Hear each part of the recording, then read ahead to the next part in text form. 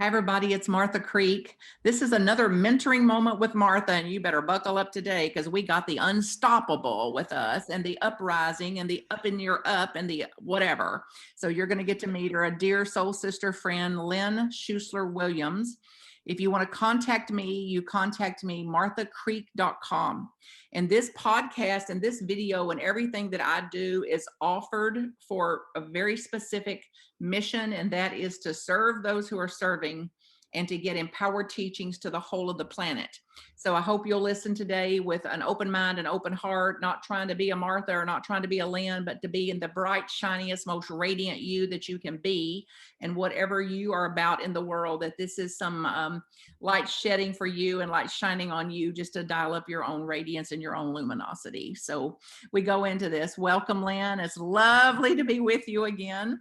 Glad to be I here. feel close to you, honey, even when I can't see you or haven't seen you. There's never a time that I feel apart from you, and I'm very glad for that. So it sounds like you've been having some adventures. So I'd love to start here with what you're about. Like, what are you into? What are you leading and directing? What are you bringing people into and women into? And just tell us what you're about so that we can put it out here in the world so that other people can be informed and educated about it and hopefully engaged.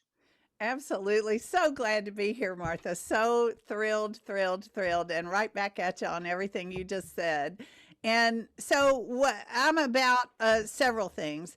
I'm a sales coach, mostly for solopreneurs, people who they are their whole business, coaches, consultants, people like that. I have a background as a transformational coach as well. So I also do lots of things, mostly because I want to be a part of them. I have a program for women that's a weekly kind of group coaching mastermind program that I just love and adore, and that's one of my things that I really do for me. And then I'm also the founder of UPRising, Unstoppable Powerful Women, where we host 9 free women's networking and empowerment events every month. And there's a Facebook community that goes with that. There's a core group called the Uprising Core that is women who support that community and come together to do things like put on conferences and just support each other's businesses and that sort of thing. And I'm so grateful for them because, as you can imagine, 9 events every month could get out of hand really quick.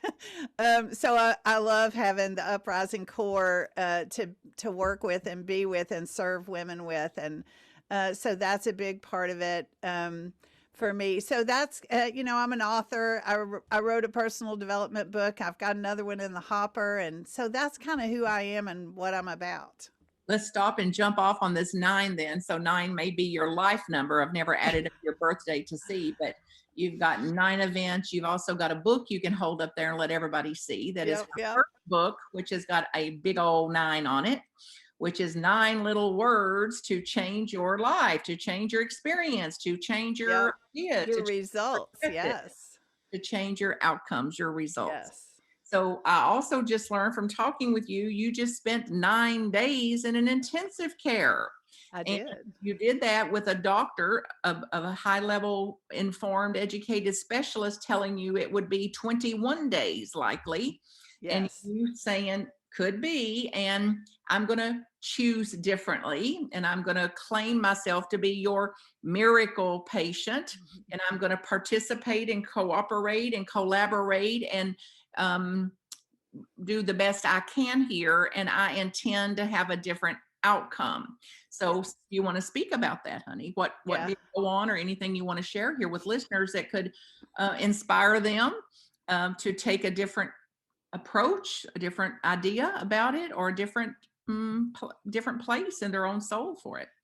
I think COVID has been such an education for us, such an opportunity for education for us. And what I want, and that's what landed me in the ICU was COVID pneumonia. And so there are so many things in that little part of the story.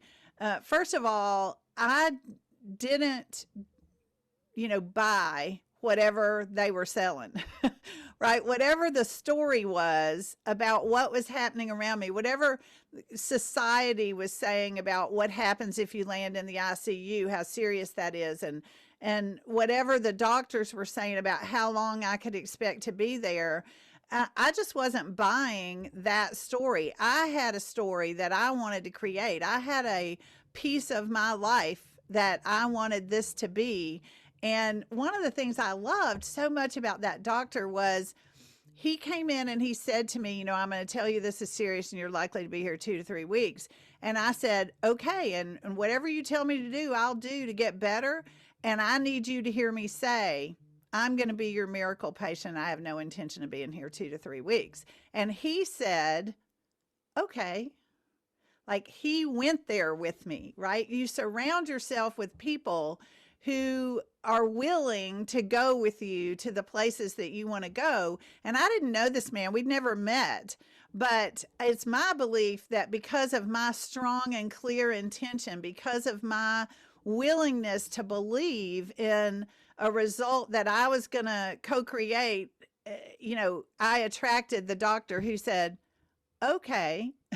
Yeah, well, and I can, Right? and I know you long enough to say, if he had have said, "You're full of it," "You're nuts, you're crazy, you're delusional," you might have said, "Okay, Right. please hear me because I am not going to give up where I stand on this. Yeah, that's right. Believe what you believe. I believe what I believe, and I'm stronger and stronger and stronger in the belief that I'm holding without going to war with you over whatever belief you're holding around this." That's so right. And I think that COVID has been a particular challenge for people because it's this big unknown.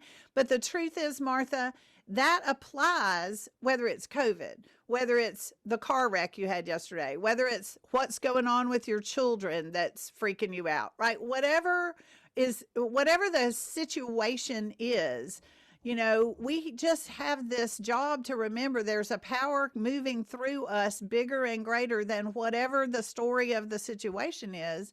And it's our choice how we respond to whatever's going on. And, I think COVID has been a particular challenge. I think there are a lot of people in the world who, on a good day, would respond differently to, somebody cutting them off in traffic or the everyday thing. But now with COVID, there's all this fear and focus on what the news says and what society says and all of that. And, I'm not saying don't listen to, like, wear your darn mask. I'm saying do that, No, right? I Like, think it's important to say that, honey, because if you're yeah. listening to this and hearing like, don't follow society or don't whatever, it's like, no, Lynn was wearing a mask. Yes, Lynn's been absolutely. registered. Lynn's been doing sane, sensible things. She Yes. also lives with people. There's people in her house that are coming and going to jobs, Yes, that's essential right. workers and things like that that are in her house. So that's how COVID found its way in there. Right. So Right.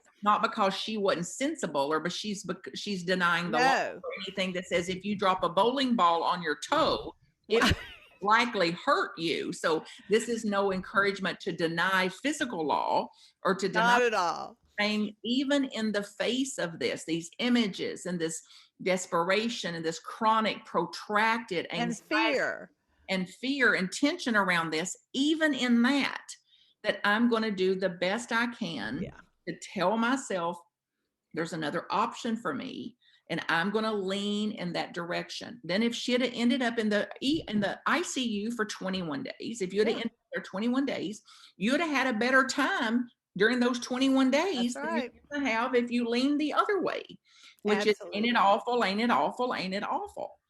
And Right. fear and worried and terrorized and whatever else. So, regardless of how many days you're there, which way you lean here is going to create the experience Yes. that you have here in Yes. any situation. So, that's the message, one of the Right. messages of the Yeah. day. And I told every nurse that walked in my room, every aide that walked in my room, like I said to them, "Oh, I don't know if you've heard, but I'm the miracle patient, right?" And I said it from the very first day when I really didn't feel very well, and when all the statistics and numbers on charts and monitors and all that stuff weren't very good. And they would say, Oh, okay, good. That's good. Because they knew that a positive attitude helped, so they weren't going to question me. But you could tell over time how they were starting to believe me when all the numbers started to quickly realign, when all when it started to accelerate that I was absolutely going home much sooner. They all really got on board, and having that power of shared belief is so huge. Shared. I read a book called The Circle of Eight. I don't know if you've read that one, Martha, but it's about um, people who pray together, people who get into these circles of eight with shared intention. And there was a circle of eight uh, praying for me when I was in the hospital, and just that whole energy of it's you have to choose it, and it doesn't have to be just you by yourself. I remember I was a religion major in college, and I had a professor who married Mike and me. And when we were having our meeting with him, our pre-marriage meeting, whatever that was, he said to us, I don't care what flavor spiritual community you connect with, but I'm here to tell you to connect with one, because when life happens, your spiritual community can show up for you in a way that can make a huge difference. And while I don't have like a building I go to or anything like that, I certainly have a spiritual community. And I want to also say what a big difference that made for me, too. Well, in a dozen spiritual communities, honey. So Yeah. it's not only yours, Yeah. it's not limited to brick and mortar, a building somewhere. Right. If Exactly. you're into brick and mortar, then knock yourself out. Yes. Get in Yes. there. Of course. When the door's open and it's safe, get on in there. And until it's safe, get on those Zoom meetings and get Yeah. in there to pray together and eat together and party together and socialize together and hold intention for together. So I'm also working with A Power of Eight, the book called Power of Eight. That's Well, it by might be that. That's the book, I think. Lynn McTaggart. And Yes, it, that's it. yeah, so The Power of Eight, which is exactly what you described, honey, which Yeah. is a circle of intention. And it's go check that out for yourselves. And that's got its own online community and ways to plug in and to participate. And if you don't believe it, give it a fair test. Like, Yeah. pick a little experiment of some sort. Just pick Yeah. one little thing that you want to give some energy to or something. And one of my favorite things about The Power of Eight is the people that were being intended for, or if you use the word prayer, prayed for, masterminding for, whatever your word for it is, the people that were the benefactors of it had notable, proven, scientific, Yeah. can't deny results over time. And this is all documented in the most prestigious universities and that around. They also, the people that were praying, that were not really the benefactors, Right. were the benefactors. So the Yes. people praying for the other got their own miracles, get their own miracles, Yes. and get to have their own shifts and transformations and transcendences and all that. So it's a perfect example of um, it's coming from all directions. So the more Yeah. I give, the more I receive, and what I'm sowing, I am reaping, and whatever Absolutely. other sage advice you want to draw on. I think it's important, Lynn, also to speak about that you chose a certain hospital to go to, and you Oh, did yeah. based on your experience there and the consciousness you think that the hospital has, the culture of that hospital, and some of the things they did for you. So do you want to speak about that, Yeah, honey? that's a really fun part of the story, actually. So, I live in Louisville, Kentucky, and across the river are three little towns in southern Indiana. And of course, Louisville's this big medical center. We have a heart and lung thing downtown, and we have all these suburban hospitals and everything. And so when they told me you have to go to the hospital, it was up to me where to go. And I gave birth to two of my three children at this little hospital across the river in southern Indiana. And my primary care physician is over there too. And I just looked at my husband and I said, I think that's where I want to go, because I had this sense of just peace around it. And intellectually, what I was thinking was it'll be less crowded. It has this culture of kind of family, and the medical centers of Louisville are 5 minutes across the bridge. If you need to go to Louisville, they'll send you to Louisville. It's no big deal. So that's where I chose to go. And it was such a wonderful experience. Like every nurse and aide and everybody was just so wonderful. And at this hospital, I knew this because I gave birth there. Every time a baby's born, they play a song over the whole loudspeaker throughout the whole hospital so that everybody knows a baby's just been born. And as we were packing my things to leave, like the transport people were sitting there with the wheelchair to take me downstairs, a baby was born. And so we got, and it hadn't been the whole time I'd been there. So we got to hear the music, and that was fun. And so, one of the nurses was like, "Oh, baby's been born." And I was like, "Yeah, I know, that's so great." So then as we pull out of my room,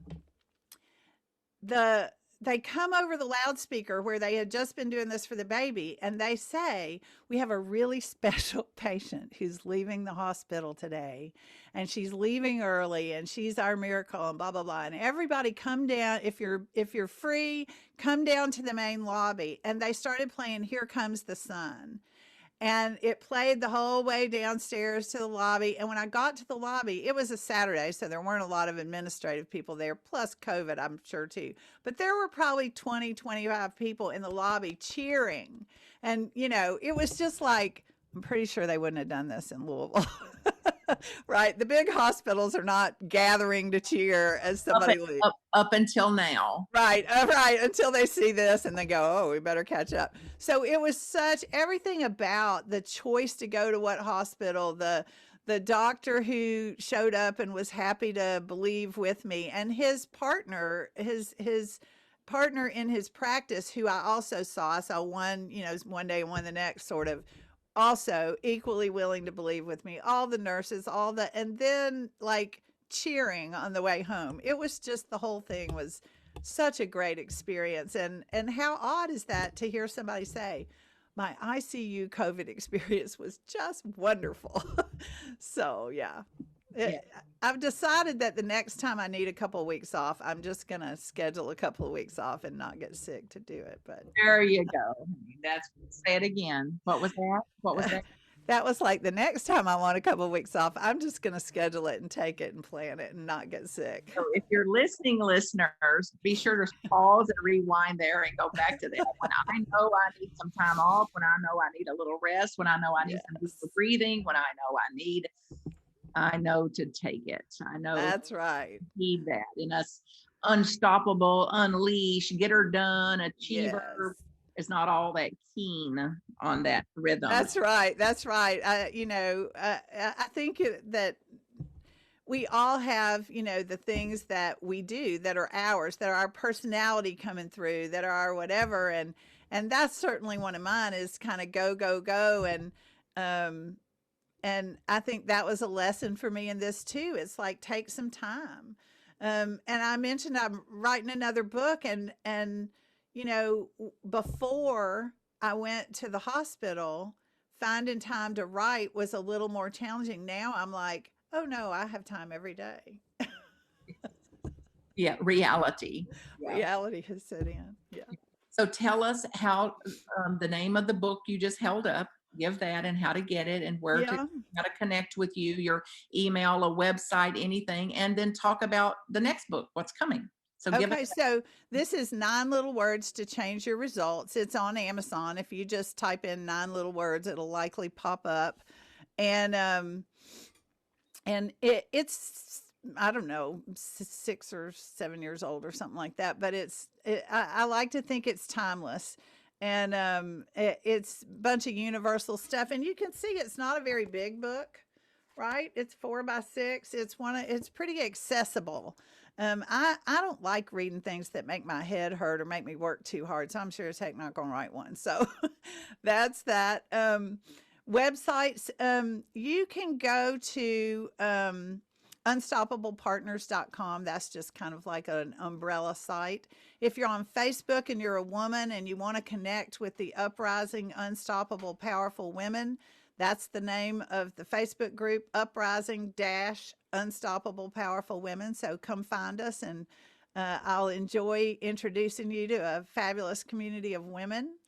And the next book, which the story of my COVID ICU experience will definitely be told in this next book, is called Joy, Luck, Flow: Cultivating a Life Worth Celebrating. So it's all about cultivating joy and building your own luck and living in the flow. And just absolutely, I have a real belief in celebration. I think celebration is one of the best things we can do to program our brains and create a habit of celebration. One of the well, a weekly event in the Uprising Unstoppable Powerful Women is called Celebration Friday. And we celebrate what's gone right in our week this week, and we declare what we're going to celebrate next week. And it's just, for me, it's a practice in manifestation of good stuff. So that's what that book's going to be about. Amen. I already have a sense of it, honey. And it's one of the things, particularly in a time like this, that it's the Yeah. last thing on some of our minds. It's very easy Yeah. to be overcome by what's wrong, wrong, wrong, wrong, wrong, what I've lost, what I'm missing, Yes. instead of what do I have? What do I have? What do I get to do? What can I do? What can I Yes. cause to be? So it's no little thing to even dabble in that, to just Yeah. lean into that just a little bit. So I hope and know for sure, if you're listening today, that you've gotten some inspiration to say, well, these women are just crazy enough. I'm going to test this, see, and whatever they're on, I'm going to get on some of it. So I Come can have speak for some. the both of us, is whatever we're on is legal and free. That's right. Absolutely have any of it as you move into your own um, big heart and into your own source of whatever you believe is the source of you and the power that exists within you. Yes, So I baby. want to ask you then, Lynn, to be sure to put the story of Martha and the breast cancer in the book, that maybe that Yes. can inspire somebody. So I had Yes. a breast cancer several years ago, 12 years ago now, and wore a button that said on my hospital gown into the surgery for the mastectomy that said, "Stop staring at my breast." And that was all because to bring some joy to that, some lightheartedness of that, to change some energy around that. And the morning of that mastectomy, people were coming in to sing to me and sing with me. And then they'd heard what a freak there is in here that's about to go into a mastectomy, dancing into one, and how much that meant to them and how it shifted Yeah. the whole energy of that place and that hospital. And when that team, and even the doctor said, we can't figure out what exactly went on with you and why you were standing up just a few hours after that surgery and ready to go home just a few hours after that surgery, but we think it has something to do with your spirit. Wow. I'll go with that. I'd go Yeah. with that. It's Pick something that. to do with the spirit. So please add that to your curriculum. The Yes. the chief head of surgery at University of Louisville Hospital, please add that into your curriculum if it's not already there. There's a It's there, baby. Oh lot to my do with the gosh. spirit. So thank you again for being here, honey. It means the Thank world. you for having me, Martha. This was such a joy and so much fun. And oh my goodness, what a treat. Listeners, know that you're loved. Know that you do not have to do it alone. There's parts you have to do alone, but the majority you do not have to do alone. You're absolutely in a belonging here and have your own tribe. You already have your tribes. There's more tribes for you. Women, unstoppable women, caring women, spiritual communities, and to contact Lynn, you know how. Get the books, be caring for yourself, marthacreek.com to contact me. And I'll see you the next time. And God bless you as you dial up your own luminosity in the world and receive the luminosity of the world. Until we meet again. Thanks again, Lynn. Mhm.